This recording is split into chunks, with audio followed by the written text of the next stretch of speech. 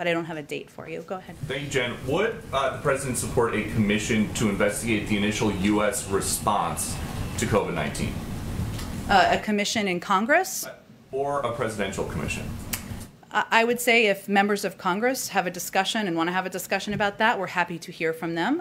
But our focus right now, as you know, Peter, is on our own internal investigation, or our internal process, I should say, using all of the resources of government, tapping into our data and science experts to see what more we can determine over the next 90 days or less than 90 days about the origins of the pandemic. Mike Pompeo is now saying that when he was the Secretary of State and he was trying to investigate the origins of COVID-19 there, the NIH folks were trying to suppress what he was doing. So is there any concern from the White House that there may have been people at the NIH who are making policy decisions based not in science, but based on their personal political beliefs or preferences? Well, I really don't have any analysis of the last administration's People working. are still over there, and you see how they operate.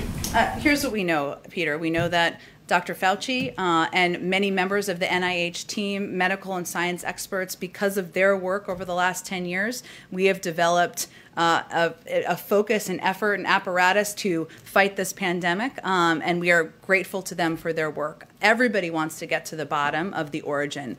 Former Secretary Pompeo, President Biden, Democrats and Republicans across the board.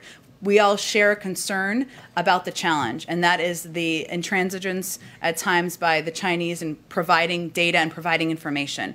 We share agreement on that. We all want to get to the bottom of what happened here. And you mentioned Dr. Fauci. There have been these emails that have come out through a FOIA request that make it seem like we knew that he had his hands full at the time trying to figure out what to do. But it seems like there were times that he was saying one thing in email and then coming to this microphone and saying something else. If that is the case, and if that affected the U.S. policy posture at the time, should he be held accountable? Well, I've talked a little bit about Dr. Fauci, and Dr. Fauci has been out doing several interviews himself and answering questions on these emails and questions that you all may have. Dr. Fauci is a renowned public servant. Civil servant, I should say, career civil servant. He's overseen management of multiple global health crises, and the attacks and attacks launched on him are certainly something we wouldn't stand by. I understand there's interest in the emails. He's answered a lot of questions on the emails. I don't think I'm going to have much more to add on them from here. Do you think the attacks are political against Dr. Fauci? I'm going to let Dr. Fauci speak to his own defense of his emails from 17 months ago before this president even took office. Okay, and then finally, does President Biden have a position on gain-of-function research? Well, we have not, as Dr. Fauci has actually said repeatedly, we've never approved any funding for gain-of-function research in Wuhan. I know that's, I think, why you're asking the question.